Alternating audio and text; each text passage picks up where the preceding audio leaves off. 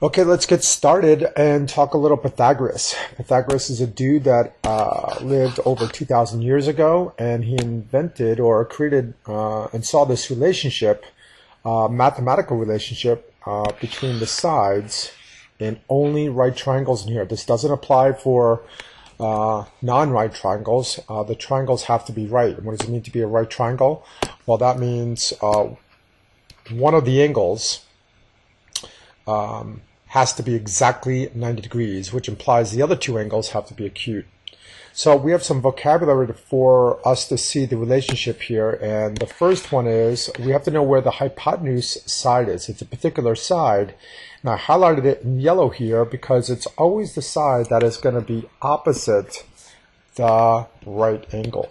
So you always have to be able to identify where the hypotenuse is, and that's because that is going to be the number in the formula here, which is all by itself in the equation.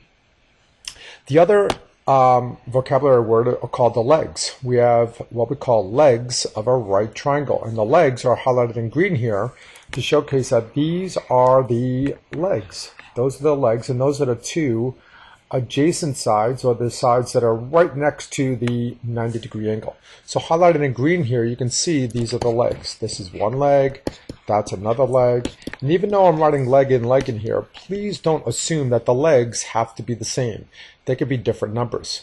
But in how that relates to the formula is we take the leg and we square it. We take the other leg and we square it. And that's always, not most of the time, always going to be equal to the hypotenuse when we square it. So here's some more pictures in here. Here's another diagram of a right triangle in here, and we can see that this is a leg and we square it. This is another leg and we square it.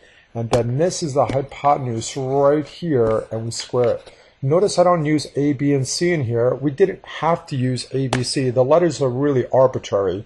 So what's most important is understanding that we take the sum of the legs squared, and that's always equal to the square of the hypotenuse.